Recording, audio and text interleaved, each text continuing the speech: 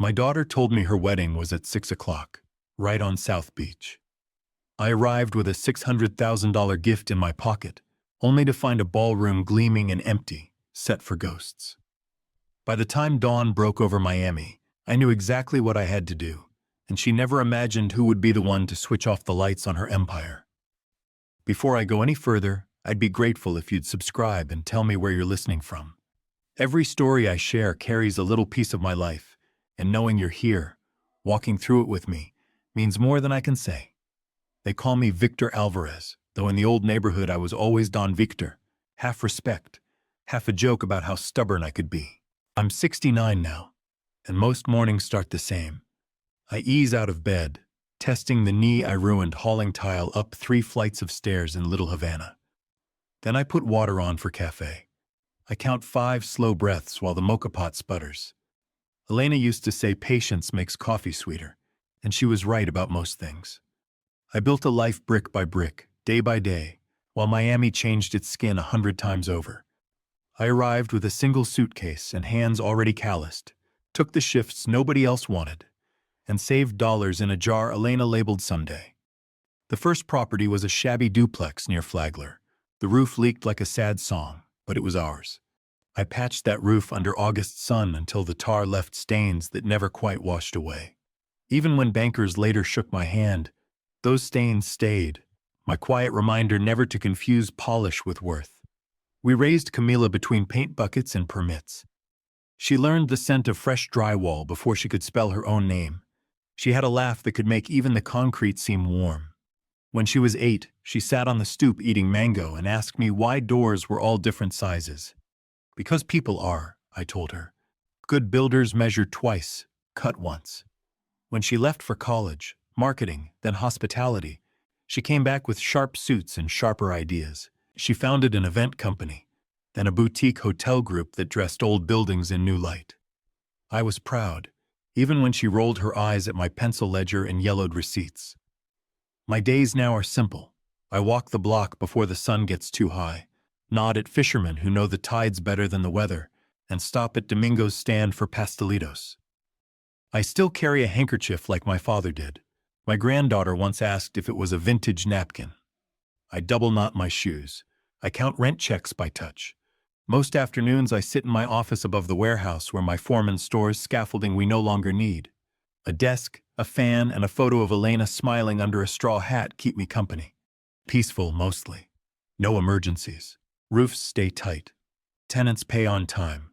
Even the aches have learned a truce. 2 months ago, Camila called with a rush in her voice, like the little girl she used to be. Papa, we found it. An Art Deco hotel on Collins Avenue. Terrazzo floors, original neon. The ceremony and reception will be there.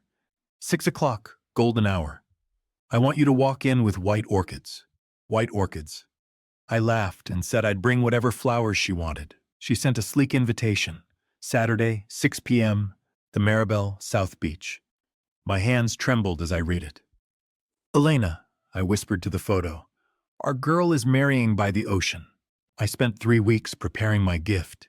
Not a toaster, not a car, but a cashier's check for $600,000 to pay down her highest interest loans and free her from the trap I knew too well. Growth suffocating under borrowed air. I met with my banker, shifted some investments, sold a small lot I'd kept for quiet weekends. Then I tucked the check inside a leather folio embossed with her married name. It felt like closing a circle, the man with tar-stained hands giving his daughter a future as clean as fresh plaster. On the day of the wedding, I dressed early. The tie took 3 tries. Elena used to tighten it with a tug that made me feel handsome. I carried a small box of white orchids. If a father can bring flowers to his only daughter, he should. I left the office at 5, because I've always been a man who arrives on time. South Beach wore its evening perfume, salt, heat, and laughter. The Maribel's lobby glowed. I stepped through the revolving door into a ballroom that shone like a seashell. And it was empty. No string quartet, no chairs, no arch of flowers. Just mirrored columns and tables laid out for guests who never arrived. I walked the perimeter once, then twice, the orchids trembling in my hand. Excuse me, I asked the young man polishing glassware at the bar. Where is the Alvarez Delgado wedding? He blinked at his screen. Sir, we have no weddings booked tonight. For a moment, the only sound was the slow churn of the ceiling fan above us, slicing the silence into pieces. I showed him the invitation. We checked another room. The manager came, scanned the system again. Nothing. The gift folio in my pocket felt like a brick. I stepped outside, called Camila, and watched a couple pose under the Maribel's neon sign, the sky turning the exact color she'd wanted. She answered on the third ring, breezy, distracted. Papa, what's up? I told her where I stood. She said, Oh, we did it yesterday. Like you'd mentioned buying milk. It was simpler. I leaned against the glass, the orchids crushed in my hand. Simpler. I've known scaffolding that told kinder lies. Driving back along the river, Miami's lights smeared across the windshield like wet paint. I set the orchids by Elena's photo and sat until the mocha pot needed washing. The quiet in the room no longer felt like peace, but that peace was about to end. I didn't sleep that night. Outside my window, Miami flickered between laughter and sirens while I sat at my desk replaying Camilla's words. We did it yesterday. It was simpler. By dawn, the white orchids on the counter had started to curl inward, as though ashamed to be seen. Mid-morning, I called her. She answered on the second ring, her tone bright but tight, like someone reading from a script. Papa, I was just about to call you. Brunch with the guests ran long. I steadied my voice. Camilla, why wasn't I there? The silence that followed was heavy enough to hear a dish clink in the background. Finally, she said, It wasn't personal. We just wanted something small, intimate, fewer expectations. 200 people is small, I asked, my voice breaking despite every effort to stay calm. She exhaled, sharp and weary. Papa, you have a way of taking over rooms. I didn't want stress on the day. I let the quiet stretch. When she spoke again, her words landed like pebbles tossed at glass. I had to think about Emil's family, about my partners. They prefer a different kind of presentation. You know how blunt you can be. Her choice of words stung deeper than open insult. Blunt. The same directness that built hotels from rubble was, to her, a liability. I started to speak, but she hurried on, her voice cracking at the edges. And honestly, Papa, sometimes you remind people too much of where we came from. That's not bad, just not the image we needed. I looked at the framed photo of Elena and me, standing in front of our first duplex with paint rollers in hand. Where we came from was written across every callus on my hands. Every late night Elena and I spent balancing ledgers. I see, I said quietly. But that wasn't the worst part. Later, with coffee gone cold beside me, I opened my laptop and searched for photos. Within minutes, I found them. The Maribel ballroom alive with music and candlelight. Camila twirling in a silk gown. Emile holding a toast. Around them, clients I'd introduced, bankers I'd vouched for, chefs I'd once mentored, all smiling, all present. I clicked through image after image, thumb trembling on the trackpad. Each face reminded me of someone I'd trusted. Each had believed a story that I was too frail, too old-fashioned, to attend my own daughter's wedding. I called again. She answered, this time with a trace of irritation. Papa! Please don't make this a scene. The wedding is over. You told people I was unwell, I said evenly, that I couldn't handle the stress. A pause. I didn't mean it that way. I just needed space. You wouldn't understand the pressure. Elena understood pressure, I replied, voice steady. She built a life under it, and she never once erased the people who loved her. Papa, I didn't erase you. I just kept things simple. That word again, simple, cut deeper than a shout ever could. That's when I knew I would not stay silent. That night I sat alone at the kitchen table, the ceiling fan tracing slow circles above me. The orchids, once bright, were already turning brown, their petals curling inward as though they wanted to disappear. I stared at them until the room blurred, the edges of memory bleeding into the present. For 69 years I'd carried myself with quiet pride. I'd climbed scaffolds under the merciless Miami sun, poured sweat into cracked concrete, and built a reputation sturdy enough that even bankers called me sir. And yet, My own daughter thought I was a blemish she needed to hide. Sleep came in broken fragments, shattered by memories I hadn't asked to see. I saw Camila at 5, perched on a ladder beside me while I painted a warehouse ceiling. She wore one of Elena's scarves to keep dust out of her hair, her little hands sticky from the mango slices I'd packed for her. She looked down at the busy street and said, "Papa, one day I'll own something shiny, like those buildings." I'd laughed, promising I'd help her build anything she could dream. By morning, that promise felt like a stone in my chest. I poured coffee and carried it to my study, where the leather folio with the wedding check still lay on the desk. The envelope was unsealed, the amount written in bold ink, $600,000. My thumb traced the edge of the paper. That money had cost me months of planning, trimming vacations, postponing repairs on my old truck, even selling a patch of land I loved, all so Camila could breathe easier as she grew her business. I pictured her face at the reception, smiling for cameras, raising glasses with people who only knew the polished version of her story. None of them saw the nights I stayed late at job sites so she could study, or the times Elena and I skipped patching our own roof so we could cover her tuition. Humiliation pulsed hot in my veins, but beneath it something colder began to take shape. I turned toward Elena's picture on the shelf. She was caught in a breeze, a straw hat tilting across her brow the day we signed papers for our first inn on Flagler. "You always knew how to read people," I whispered. "Tell me, Coretta, how did we raise a girl who learned to hide her father?" The apartment stayed silent. I moved through the rest of the day like a man walking underwater, checking on tenants, returning calls, smiling when friends asked if I was well. Inside, my mind was a tide that refused to settle. After dinner, I opened a file drawer and pulled out a folder labeled Maribel Events and Hotels. Over the years, Camila had asked me to review contracts, bank summaries, supplier invoices. I'd kept copies, not from suspicion, but because paper doesn't lie if you keep it close. I spread them across the table, scanning dates and numbers. Some didn't align. Deposits larger than her declared revenue, payments sent to shell vendors I'd never heard of. I pushed back my chair and stepped onto the balcony. Below me, Miami pulsed, neon smearing across the river, boats carving pale wakes through black water. Somewhere across that skyline, my daughter was celebrating the future she thought she'd secured, untouched by the man she'd left behind. I breathed in, letting the heavy air press against my skin. Camila believed I'd stay silent because I loved her. And I did love her. But love without respect is only weakness. I walked back inside, gathered the papers into a neat pile, and placed them beside the unopened folio. My hands were steady now. I began to think, very carefully. By sunrise on Monday, my thoughts were clear as the sea breeze sliding through the open window. The sting of Camila's betrayal had hardened into something deliberate, a quiet clarity earned by years of building and losing.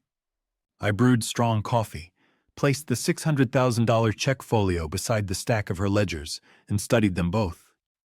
That folio had once been a promise. Now it felt more like a question.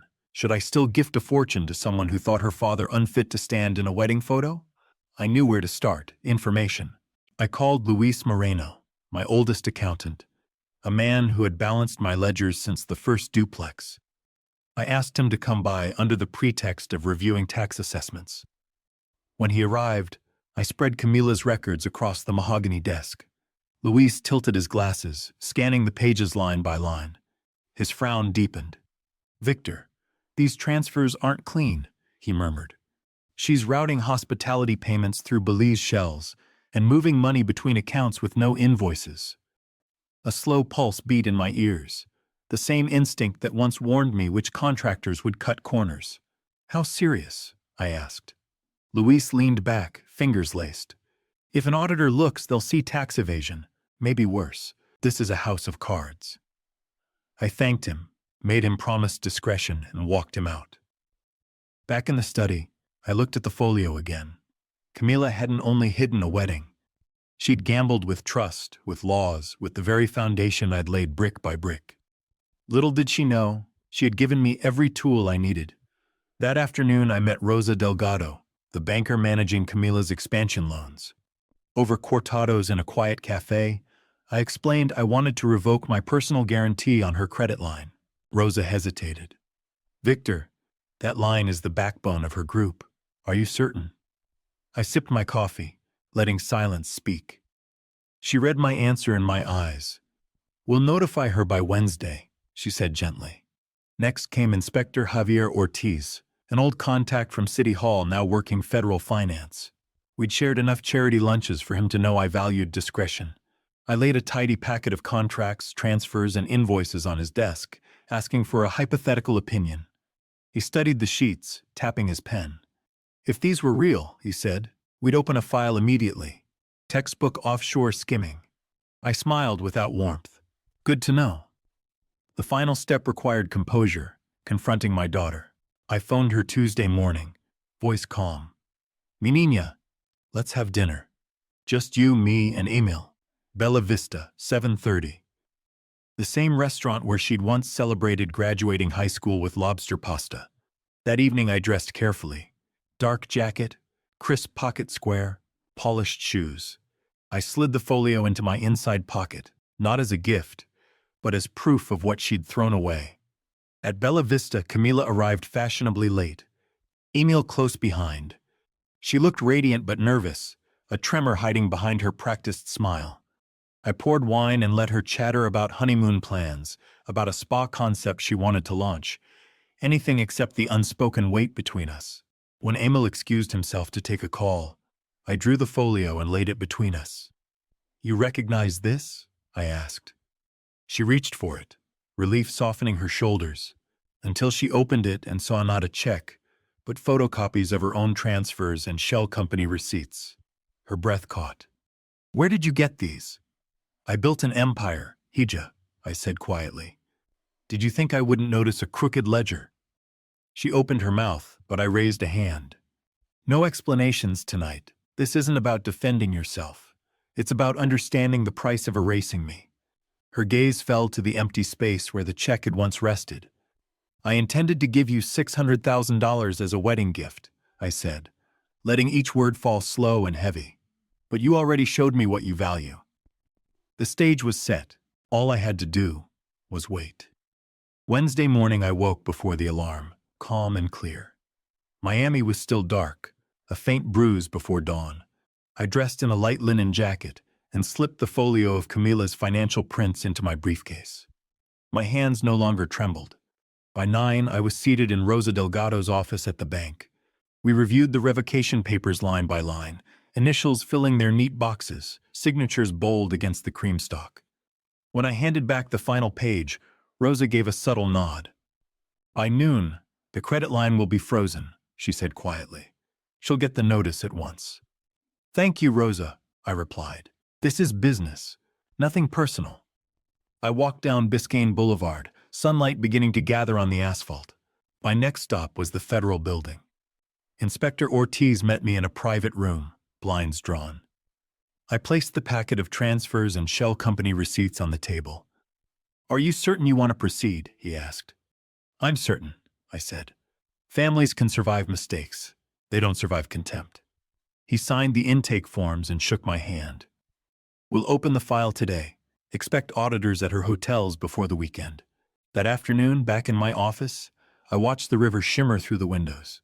My phone buzzed with a voicemail from Camila, her voice tight with panic. The bank had called. Payroll was locked. I listened without a word, then placed the phone face down on the desk. 2 days later, hospitality news feeds hummed with headlines. Federal auditors inspecting Maribel Group. By evening, a larger story appeared. Boutique hotel chain under review for offshore transfers. Camila called again, this time in tears. Papa, please, they're tearing through everything. Staff are frightened. Emil is furious. Tell me this isn't you. I let silence stretch long enough for her to hear the hum of my ceiling fan. Then I spoke softly. I warned you, Hija. You erased me from your life. I merely removed the safety net. Saturday evening, she appeared at my door with Emil trailing behind, uncertain. Her makeup was smudged, her poise replaced by exhaustion. She looked younger, almost like the little girl who once sat on scaffolds beside me. Papa, she whispered, I made a mistake. I thought I had to impress people, to build something bigger than where we came from. I was wrong. I poured her a glass of water and gestured toward the sofa. For a while we sat in quiet, the air thick with years of unspoken history. Then I reached for the folio on the table, the one that had once carried a check for $600,000. Inside now were only the shredded remains of that gift. I spread them across the glass between us. Her eyes widened as the fragments fanned out. You destroyed it? I did, I said evenly. That money was meant for a daughter who honored her roots, not for someone ashamed of them. She lowered her face into her hands. What do I do now? I leaned back, studying her through the warm glow of the lamp. You rebuild if you choose to, but you rebuild honestly. The investigators will not stop until every dollar is explained. Emil cleared his throat. Mr. Alvarez, maybe we can settle. I turned to him, voice steady. This isn't about settlements. It's about learning that loyalty matters more than appearances. Camila lifted her head, eyes rimmed with tears. Can you forgive me? I let the silence linger until the ticking of the kitchen clock filled the room. Finally, I gathered the scraps of the check back into the envelope. Forgiveness, I said, comes after accountability. She nodded slowly, understanding. When they left, I stepped onto the balcony. Miami's skyline glimmered, bright and careless as ever. Below, the tide brushed the pilings, steady as a heartbeat. And in that silence, I finally felt free. When the storm finally passed, I sat alone on my balcony, a cup of strong coffee resting against the rail. Below me, Miami shimmered, boats cutting silver paths across the bay, lights beginning to glitter along the shoreline. The breeze smelled of rain and salt, and for the first time since that hollow evening at the Maribel, I felt something close to peace. I thought of Camila as a child, balanced on a ladder beside me, mango juice dripping from her chin while she handed me nails. I remembered how proud Elena and I were when our daughter signed the lease on her first event space, how we cheered at every small victory. Somewhere along the way, ambition had whispered to her that polish mattered more than the hands that built her world. She chose to erase the man who kept a roof over her head, who walked job sites in hurricane winds so her dreams could stay safe. And so, I gave her a lesson she would never forget. She moved the wedding to erase me, so I erased her Miami empire. It wasn't anger that drove me. It was a line in the sand, drawn with the steadiness only age can grant. Family, at its best, is built on respect. Strip that away, and all that's left is entitlement. I couldn't let her believe that loyalty was optional while success was certain. I don't know how long the investigation will last or what her future will look like. That choice is hers now. My part is finished. I offered her the same gift I once gave myself when I came to this city with nothing but calloused hands. A chance to start again. This time with integrity or not at all. On the shelf inside, Elena's photograph caught the last light. I raised my cup toward her smile. We did what we had to, Querida, I murmured. Whether Camila learns or not, she'll understand the cost of respect. Below, the bay shimmered gold as the sky softened into night. And I understood at last. Dignity isn't in being invited to every celebration, but in refusing to let anyone decide your worth by the size of their guest list. Would you have stood firm the way I did? Share your thoughts in the comments. And don't forget to subscribe for more stories about life, loyalty, and the lessons time teaches us.